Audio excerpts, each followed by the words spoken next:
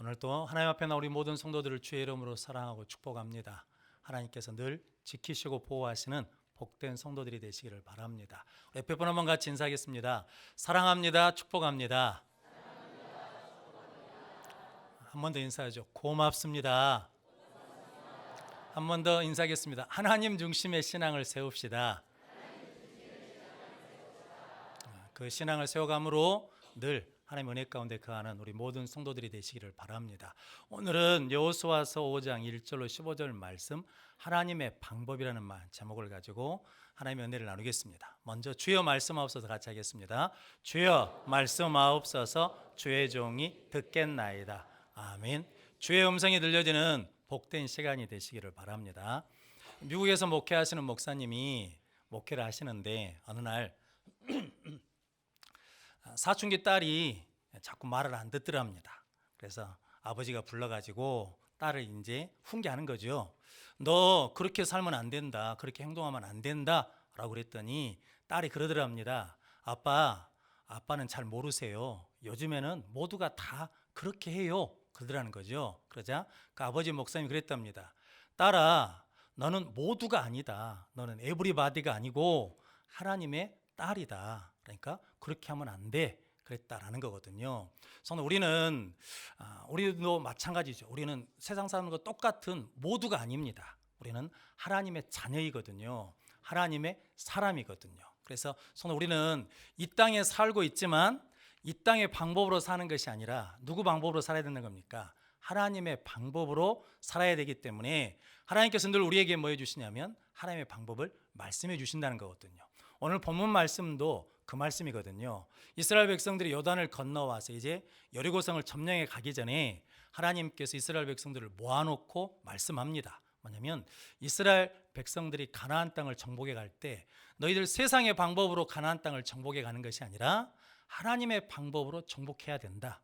정복하고 난 다음에 가나안 땅을 정복한 다음에 가나안 땅에 살 때도 가나안의 방법, 세상의 방법으로 그 땅에 사는 것이 아니라 하나님의 방법으로 살 때 가나안 땅이 약속의 땅이 되고 가나안 땅이 축복의 땅이 될 수 있고 그 가나안 땅에서 하나님의 은혜를 누릴 수 있다. 그러니까 가나안의 방법, 세상의 방법이 아닌 하나님의 방법으로 살아야 된다라고 말씀해 주시는 것입니다.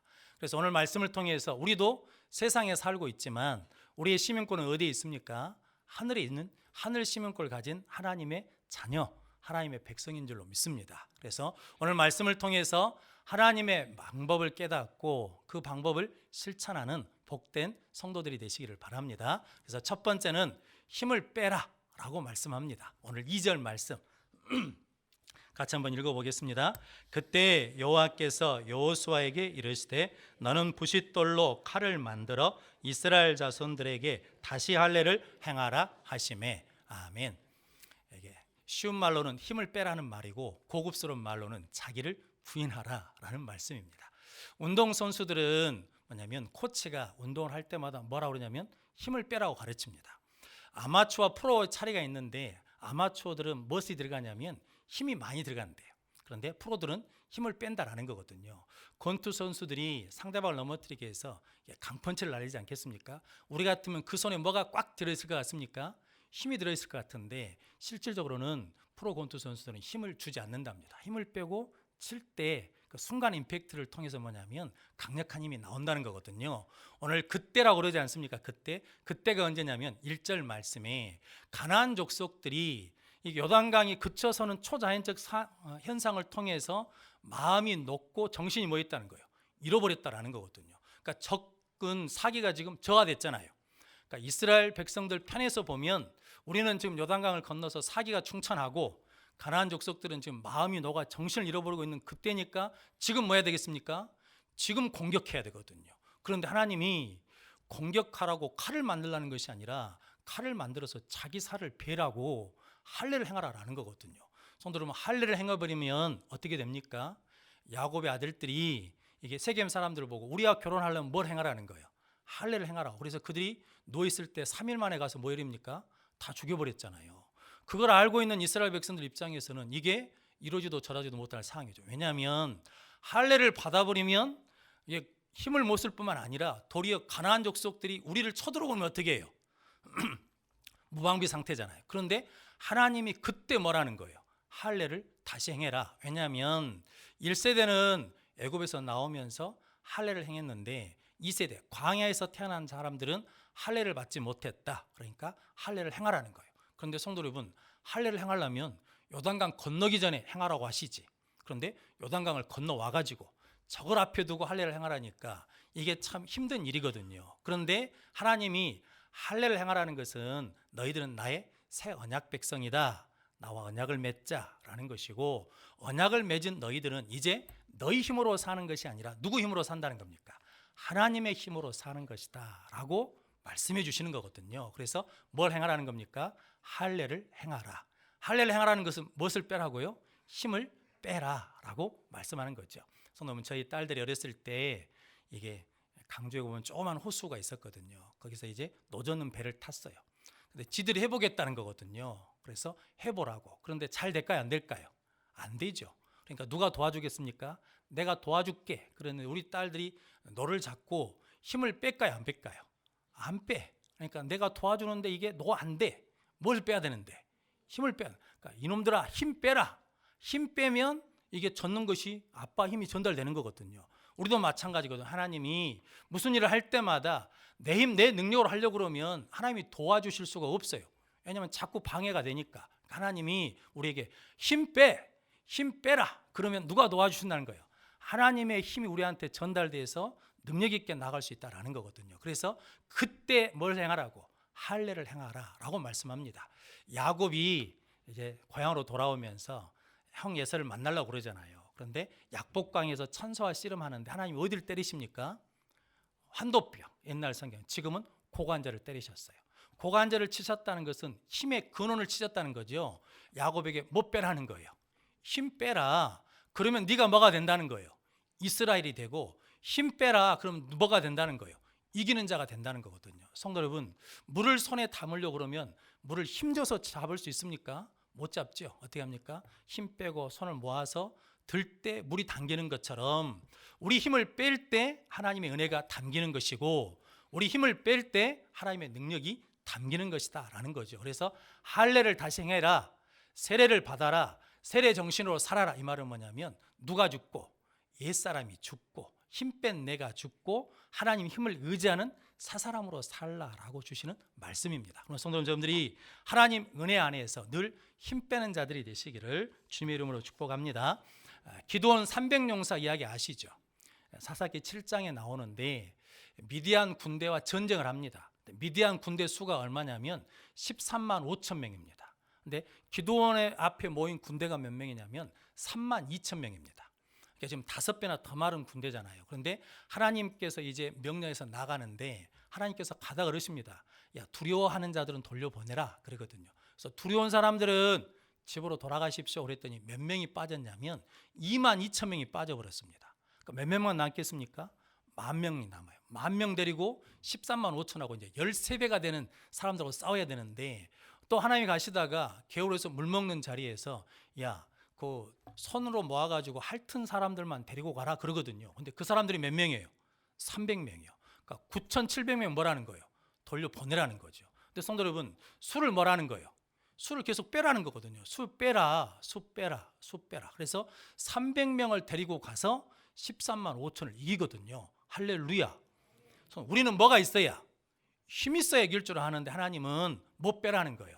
네 힘 빼라. 네 능력 빼라. 네 경험 빼라. 네 생각 빼라. 그러면 하나님의 능력, 하나님이 전쟁에서 싸워서 이기게 해주시겠다라는 거거든요. 그래서 광야 그때 뭐라는 겁니까? 할례를 행하라. 할례를 행하라는 것은 힘 빼라라고 말씀합니다. 그런데 성도는 마귀는 힘을 빼라 그럴까요? 힘을 가지라 그럴까요? 힘을 가지라 그러죠. 너 힘 있어야 된다. 힘을 가져야 돼. 힘을 길러야 돼. 왜냐하면 힘 있어야 이긴다. 힘 있어야 군림한다. 힘 있어야 주도한다 라고 하면서 힘을 계속 가지라 그러거든요. 왜 마귀는 힘을 가지라 그럴까요? 성도 여러분 알거든요. 힘을 가지게 되면 뭐 하게 되겠습니까? 교만합니다. 교만하면 뭐 합니까? 패망의 선봉입니다. 그러니까 마귀도 알아요. 뭐 한 점이요? 교만하면 망한다는 거, 실패한다는 걸 알기 때문에 계속 우리 보고 뭘 가지라는 거예요? 힘을 가지라. 힘 있어야 능력이 있다. 힘 있어야 강한다고 그러거든요. 근데 하나님은 뭐 해야 이긴다는 겁니까? 힘 빼야 이긴다. 자기를 부인해야 이긴다. 할례를 받아야 이긴다라고 말씀합니다. 성도님들이 할례를 받는 세례를 새롭게 정신을 회복하는 힘 빼는 자들이 되시기를 바랍니다. 예수님도 힘 빼셨습니다. 하나님 보좌를 버리시고 하늘 보좌를 버리시고 어디 오셨습니까? 이 땅으로 내려오셨습니다. 하나님의 형상을 버리시고 어디 오셨습니까? 사람의 모양, 종의 형체를 가지고 오셨습니다. 그러면서 십자가에 죽기까지 뭐 하셨다는 거예요? 복종하셨거든요. 성도 여러분, 십자가에서 힘을 뺐더니 부활의 능력으로 승리한 줄로 믿습니다. 그래서 성경은 끊임없이 우리에게 뭐라고 하냐면 힘을 빼라라고 말씀하거든요. 성도 여러분, 물에 빠진 사람 구할 때 막 허우적 할 때 가서 구해주면 돼요, 안 돼요? 안 돼. 왜요? 위험해요. 그 사람이 힘이 있어가지고 도와달라면서 꽉 붙들어 버리면 같이 물에 빠진다는 거죠. 그래서 물에 빠진 사람 구할 때는 뭐예요? 기다리고 있잖아요. 뭐 할 때까지? 힘 빠질 때까지. 힘이 빠지면 그때 뭐 하면 돼요? 건져오기가 쉽다라는 거거든요. 하나님도 우리에게 역사하실 때 그러거든요. 하나님, 저 힘들어요. 어려워요. 도와주세요. 한데 하나님이 기다리시는 거예요. 우리가 뭐 할 때까지? 힘 뺄 때까지.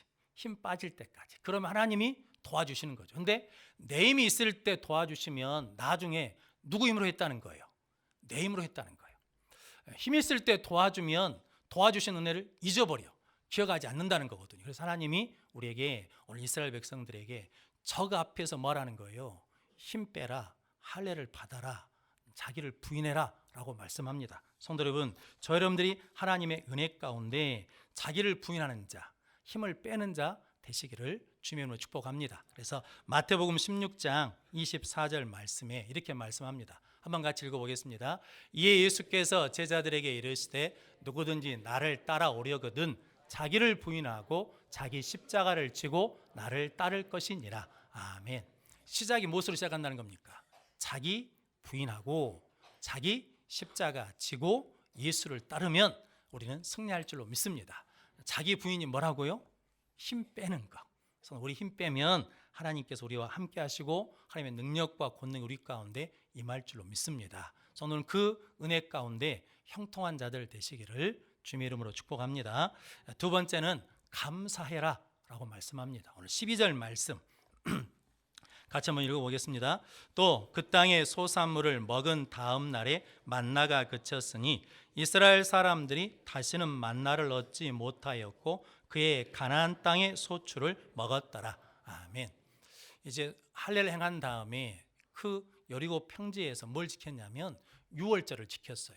유월절을 지키면서 그 땅 소산물을 먹었더니 뭐가 그쳤다는 겁니까? 광야 40년 동안 내렸던 만나가 그쳤어요. 만나가 그쳤다는 것은 하나님의 기적이 끝나버렸다는 의미가 아닙니다. 그 다음에 뭐라고 말하냐면 그 해에 가나안 땅의 소출을 먹었더라 라고 말씀합니다. 광야 시대는 하나님의 은혜와 기적이 무엇으로 나타났냐면 만나로 나타났어요. 그런데 가나안 시대가 되니까 이제는 만나 시대가 끝나고 뭐가 됐다는 겁니까? 농사에서 그 땅의 소출을 먹는 은혜 시대가 시작됐다는 거거든요. 그래서 성도 여러분, 만나가 내리는 것만 기적이 아니라 그 땅에서 농사 지어 그해 소출을 먹는 것도 뭐라는 겁니까? 기적이고 은혜다라는 거거든요. 이 말씀은 뭐냐면 시대가 바뀌면, 상황이 바뀌면 하나님의 역사하시는 방법도 뭐 한다는 거예요? 바뀌어진다라는 거거든요. 그러니까 너희들은 뭐 하면 된다는 겁니까? 하나님이 베풀으신 은혜 감사하면 새로운 시대에 하나님께 또 새로운 방법으로 역사해 주시고 은혜를 베풀어 주시고 인도해 주신다. 그러니까 너희는 감사하라 라고 말씀하는 거거든요. 근데 성도 여러분, 일상을 은혜로 생각하지 않고 일상의 삶을 당연한 걸로 여겨버리면 감사를 할까요, 안 할까요? 감사를 안 하는 거죠. 그럼 성도 여러분, 우리가 지금 호흡하는 것, 걸어 다니는 것, 먹고 사는 것, 이게 전부 다 누구의 은혜라는 겁니까? 하나님의 은혜이고 기적인 것을 믿고 감사하면 시대가 바뀌어도 환경이 바뀌어도 하나님의 역사는 계속 우리 가운데 임할 줄로 믿습니다. 좀 그렇게 감사하라는 거거든요. 하와와 아담과 하와는 완벽한 환경이 있었거든요. 에덴 동산에. 그런데 거기에 뭐가 없습니까? 감사가 없습니다. 그래서 실패하거든요. 그런데 다니엘은 어려운 환경이 있거든요. 의인 찍힌 줄 알고도 집에 돌아가서 창문을 열고 하나님 앞에 기도하면서 뭐 했다는 겁니까? 감사했다라는 거죠. 그랬더니 사자굴에서 건진 받을 뿐만 아니라 그의 인생이 형통했다라는 거거든요. 성도 여러분, 저 여러분들도 항상 범사에 감사함으로 말미암아 하나님께서 주신 은혜 가운데 형통한 자들 되시기를 바랍니다. 예수님도 그래서 뭐 하셨다는 겁니까? 감사하셨어요. 성도 여러분, 오병이어 기적을 일으킬 때 감사하면서 떡을 떼어주었더니 5천 명이 먹고도 12바구니가 남았고, 예수님이 죽은 나사로를 살리실 때도 뭐 했다는 겁니까? 감사하고 나사로야 나오라 했더니 죽은 나사로가 살아났고, 예수님이 성찬식 체험 한찬 하시면서도 감사하며 떡과 잔을 떼어주시면서 보면 이것이 너를 위한 나의 생명의 떡, 너희들 위한 생명의 피라는 것을 알게 해주셨다라는 거거든요. 우리도 감사하면 기적이 일어나고, 감사하면 살아나고, 감사하면 하나님의 은혜를 깨닫게 될 줄로 믿습니다. 그래서 오늘 이스라엘 백성들에게 너희는 뭐라는 겁니까? 감사해라. 그러면 만나가 그쳤지만 그 땅의 소산물을 먹는 새 은혜, 새 기적을 주신다라고 말씀합니다. 2013년에 탤런트 김혜자 권사님이 서울 남부교도소에 강연을 특강을 해달라는 요청을 받았답니다. 가서 이제 400명 죄수들 놓고 강연을 하는 거예요. 그러다가 이렇게 말씀했답니다. 제가 1년 반 동안 감사 노트를 썼습니다. 그래서 1000가지를 감사했다는 거예요. 그런데 감사 노트를 쓰고 감사하다 보니까 세상을 보는 눈이 달라졌다는 거죠. 그래서 여러분도 감사하십시오. 그러면서 감사 노트 1000권을 선물했대요. 그런데 그 남부교도소가 감사 노트를 받고 감사하면서 변화가 생겼대요. 증권회사 사장님이신 분이 증권거래법을 위반해가지고 그 교도소에 오셨대요. 그래가지고 7년형을 받았답니다. 5년 동안 살고 있는 거거든요. 그런데 5년 동안 교도소에 있다 보니까 내 인생이 끝나버린 것 같아. 내 인생이 다 아무것도 아닌 것 같아. 그래서 절망했답니다. 그런데 감사 노트를 받고 이제 감사 노트로 이제 감사를 써보려고 하는데 어느 날 문득 그런 감사가 되더래요. 흙의 냄새를 맡아서 감사하고 흙을 밟을 수 있어서 감사합니다. 또 어떤 내용이 있었냐면 이제 밥이 나오는데 밥과 국물이 뜨거워서 감사합니다 라고 그랬다는 거거든요. 우리 중에 땅 밟고 다니면서 감사하신 분 계십니까? 우리 중에 아침에 뜨거운 밥, 뜨거운 국물 받으면서 감사한 분 계십니까? 없지요. 없어. 우리는 안 해. 왜? 감사 훈련이 안 되니까. 일상에 감사를 안 하니까 그것을 모른다는 거거든요. 이스라엘 백성들은 광야 1세대는 우리가 아는 것처럼 원망하고 불평하다가 광야에서 다 죽지 않았습니까? 그런데 성도 여러분, 물이 없다고 불평해요. 먹을 것이 없다고 불평해요.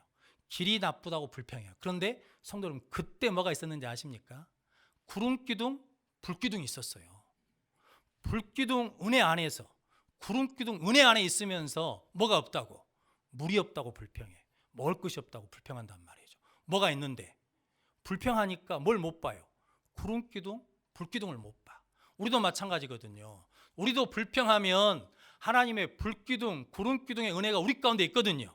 그것을 모른다는 거거든요. 성도 여러분들이 감사함으로 하나님 우리를 지키시고 함께 하시는 은혜를 누리시는 복된 성도들이 되시기를 바랍니다. 그래서 이스라엘 백성들의 하나님께서 6월절 지켜라, 77절 지켜라, 초막절 지켜라 라고 말씀합니다. 1년에 3번씩 매년마다 지켜야 돼요. 왜요? 6월절은 구원해 주신 은혜에 감사해라. 77절은 공급해 주심에 감사해라. 초막절은 인도해 주심에 감사라는 거거든요. 그래서 그걸 매년마다 감사해야 돼요. 그런데 우리는 한 번 감사하고 마는 경우가 많거든요. 문제가 해결됐어요. 기도회에서. 그럼 그때는 뭐예요? 감사하죠. 그 다음에 감사해요? 안 해요? 안 해. 병 고침을 받았어요. 그때는 할렐루야 하면 감사하죠. 그 다음에 감사해요? 안 해요? 안 해. 그러니까 그 은혜를 잊어버린다고. 성도 여러분, 생일 기념 지키죠? 생일 감사해요? 안 해요? 해야 돼요. 왜? 나를 이 땅에 보내주신 은혜에 감사하니까. 결혼 기념일 서로 챙기시죠? 그런데 결혼 기념 감사한 거면 해요? 안 해요? 안 해. 그런데 하나님 우리를 만나게 하시고 가정을 세워주고 자녀를 주셨음에 감사하면서 매번 감사하면 그 가정에 우리 인생 앞에 하나님의 은혜는, 하나님의 능력은 계속해서 공급될 줄로 믿습니다. 그래서 하나님께서 너희들 감사해라, 감사하면 또 기적을 주신다. 감사하면 또 은혜를 주신다. 감사하면 또 능력을 주신다라고 우리에게 말씀합니다. 그래서 고린도후서 4장 15절 말씀 같이 한번 읽어보겠습니다. 이 모든 것이 너희를 위함이니 많은 사람의 감사로 말미암아 은혜가 더하여 넘쳐서 하나님께 영광을 돌리게 하려 함이라. 아멘. 많은 사람의 감사로 말미암아 은혜가 더해서 뭐 한다는 거예요? 넘쳐요. 그래서 하나님 앞에 영광을 돌린다는 거거든요. 성도 여러분, 감사하면 하나님이 은혜 주십니다. 감사하면 더해 주십니다. 감사하면 넘치게 주십니다. 그래서 하나님께서 너희들 감사해라 라는 거거든요. 하나님은 우리의 감사를 통해서 일하십니다. 하나님의 방법은 감사입니다. 성도는 감사를 통해서 새로운 복된 삶을 살아가는 형통한 자들이 되시기를 바랍니다. 세 번째는 하나님 앞에 살아라고 말씀합니다. 오늘 15절 말씀 같이 한번 읽어보겠습니다. 여호와의 군대 대장이 여호수아에게 이르되 내 발에서 신을 벗으라. 내가 선 곳은 거룩하니라 하니 여호수아가 그대로 행하니라. 아멘. 여호수아가 한 사람이 칼을 들고 서 있는 걸 봤습니다. 그래서 여호수아가 물어봤거든요. 우리 편입니까? 적 편입니까? 라고 물어봤거든요. 그랬더니 그 사람이 나는 아니다. 네 편도 아니고 저쪽 편도 아니라는 거거든요. 그러면서 나는 여호와의 군대 대장이다. 난 군대 대장으로 여기 서 있다. 즉 뭐냐면 하나님으로 서 있다라는 거거든요. 그러면서 그랬더니 여호수아가 주여 내게 말씀해 주십시오. 라고 그랬더니 내 발에서 신을 벗어라. 네가 선 곳은 거룩하니라 라고 말씀하거든요. 너 가나안 대적 앞에 서지 말고 누구 앞에 서라는 거예요? 하나님 앞에 서라 라고 말씀하거든요. 그래서 우리가 하나님 앞이 아니라 대적 앞에, 문제 앞에, 환경 앞에 서면 뭘 따진다는 겁니까? 내 편이냐 저 편이냐를 따진다는 거거든요. 그런데 성도 여러분, 하나님 앞에 서면 그걸 따지는 것이 아니라 하나님 앞에 거룩한 자로 하나님의 종으로 세워지면 그 다음부터 누가 하신다는 거예요? 하나님이 일하신다. 그러니까 너 대적 앞에 서지 말고 문제 앞에 서지 말고 누구 앞에 서라는 거예요? 하나님 앞에 서는 자가 되라 라고 우리에게 말씀해 주십니다. 그래서 우리가 어떤 문제가 있을 때 하나님 이거 해결해 주십시오 라고 기도할 때 먼저 해야 될 게 있습니다. 하나님 만나 주십시오. 예수님 만나 주십시오 라고 하나님 앞에 서면 그 다음에 기도 응답은 임할 줄로 믿습니다. 여러분들이 하나님 앞에 서는 자들 되시기를 바랍니다. 가인과 아벨이 하나님 앞에 제사를 드리지 않습니까? 그런데 하나님이 가인의 제사는 안 받고 아벨의 제사를 받잖아요. 그런데 그때 가인이 어떻게 해야 되겠습니까? 하나님 왜 내 예배는 받지 않으십니까? 내가 뭐가 부족합니까? 내가 뭐가 잘못됐습니까? 내가 해결해야 될 죄가 무엇입니까? 라고 하나님 앞에서 물어야 되잖아요. 그런데 가인은 하나님 앞에 서지 않고 누구 앞에 서냐면 아벨 앞에 서 있는 거예요. 그래서 아벨과 자기를 뭐예요? 비교해요. 그러면서 누구만 없으면, 죄만 없으면 내가 사랑받을 텐데, 죄만 없으면 내가 인정받을 텐데, 그러면서 아벨을 미워하고 시구하고 분노하다가 결국은 뭐 해버립니까? 죽여버리거든요. 누구 앞에 서니까? 사람 앞에 서니까. 그런데 성도는 다윗은 항상 누구 앞에 서냐면 하나님 앞에 서거든요. 아시는 것처럼 이게 아버지가 인정해 주지 않잖아요. 그런데 아버지 앞에 있는 것이 아니라 하나님 앞에 있으니까 여전히 아버지를 아버지로 공경해요. 심부름 시킬 때 순종해요. 그리고 형이 엘리압을 만났을 때 엘리압 앞에 쓴 것이 아니라 하나님 앞에 쓰거든요. 형이 그러지 않습니까? 너 전쟁 구경하러 왔네? 양은 어디다 버리고 왔냐? 라고 그러면서 조롱하고 비난하고 이게 부끄러움을 주고 면박을 주거든요. 그런데 다윗은 상처를 받아야 안 받아요? 안 받아. 왜냐하면 엘리 앞에 쓴 것이 아니라 하나님 앞에 섰기 때문에 형을 공격하지도 않아요. 형을 미워하지도 않아요. 형에게 상처를 받지도 않아요. 사울왕이 자기를 죽이려고 할 때도 사울왕 앞에 선 것이 아니라 누구 앞에 서 있는 거예요? 하나님 앞에 서 있는 거예요. 그래서 하나님께서 기름 부은 자를 뭐 할 수 없다는 거예요? 해할 수 없다. 그래서 살려줘요. 용서해줘요. 그래서 다윗은 뭐가 되냐면 형통한 자가 되는 거거든요. 근데 그 비결은 누구 앞에 서니까? 하나님 앞에 서니까 가능하다는 거거든요. 그럼 성도 여러분, 저 여러분들도 늘 문제 앞에, 환경 앞에, 사람 앞에 서는 것이 아니라 여호와 하나님 앞에 서는 거룩한 자들 되시기를 주님의 이름으로 축복합니다. 그러면 하나님께서 일하시고 하나님께서 인도해 주신 은혜를 누릴 줄로 믿습니다. 사도행전 4장 19절에 보면 한번 같이 읽어보겠습니다. 베드로와 요한이 대답하여 이르되 하나님 앞에서 너희의 말을 듣는 것이 하나님의 말씀을 듣는 것보다 옳은가 판단하라. 아멘. 이게 어떤 내용이냐면 베드로와 요한이 성전 미문 안진뱅이를 이렇게 세우잖아요. 누구 이름으로? 예수 이름으로. 그랬더니 대제사장과 서기관과 장로들과 관리들이 예수 이름으로 더 이상 말하지 말고 예수 이름 가르치지 말라 그러거든요. 그 말을 들은 베드로와 요한이 뭐라고 하냐면 야, 하나님 앞에서 우리 판단해 보자라는 거죠. 사람의 말을 듣는 것이 옳은가, 하나님의 말씀을 듣는 것이 옳은가 판단해 보자라는 거죠. 성도, 어디서? 문제 앞에서가 아니라 누구 앞에서? 하나님 앞에서 판단하자. 하나님 앞에서 보자라는 거죠. 그럴 때 우리는 무엇으로 선택할 수 있어? 믿음으로 선택할 수 있고 우리는 승리할 수 있다라는 거거든요. 그래서 여러분들이 하나님 앞에 서는 자들 되시기를 바랍니다. 예전에 우리 남쪽에 있는 목사님들이 북쪽에 있는 교회를 방문한다고 북한을 방문했습니다. 북한에 갔더니 호텔에 들어가면서 이런저런 이야기가 있는 거예요. 호텔에 들어가서 조심하라고, 말 조심하라고, 김일성 욕하면 안 된다고, 김정일 욕하면 안 된다고. 왜? 도청 장치가 있으니까 말 조심하라고, 행동도 조심하라고. 왜냐하면 CCTV가 있어서 다 감시하고 있다고. 그랬더니 그 다음날 아침에 모여가지고 내가 방에서 거룩하기는 처음이네, 경건하기는 처음이네. 왜냐하면 듣고 있다 그러니까 말을 함부로 못해. 보고 있다 그러니까 함부로 말을. 어떤 목사님은 내가 그쪽 사람들한테 흐트러진 모습을 보일 수가 없어서 양복 넥타이 메고 그대로 잤다라고 그러거든요. 왜? 보고 있다고, 듣고 있다고 그러니까. 그래서 하나님 앞에서라는 신앙의 고백이 그거거든요. 누가 보신다는 거예요? 하나님이 보고 계셔. 하나님이 듣고 계셔. 그래서 우리는 그 의식이 있어요, 없어요? 살다 보니까 그 의식이 많이 없어졌어요. 그런데 그 의식이 있는 사람, 하나님 앞에 서 있는 사람, 하나님이 보고 듣고 계신다는 것을 인식한 사람만이 이 땅에서 어떻게 살 수 있다는 거예요? 거룩하게 살 수 있고 하나님의 능력으로 형통하게 살 수 있다는 거거든요. 저들이 그렇게 하나님 앞에 사는 자들이 되시기를 바랍니다. 빌 게이츠라는 세계 최고의 부자였던 사람이 있었지 않습니까? 그런데 어느 날 기자가 가서 인터뷰를 했답니다. 당신은 어떤 뛰어난 두뇌가 있길래 이렇게 세계에서 가장 큰 부자가 됐습니까? 라고 물었대요. 그랬더니 빌 게이츠라는 사람이 이렇게 대답했답니다. 저는 머리가 좋지 않습니다. IQ가 좋지 않습니다. 저는 지혜가 많지 않습니다. 그럼 어떻게 세계 최고 부자가 됐습니까? 그랬더니 그분이 이렇게 말했다. 나는 늘 변하고자 합니다.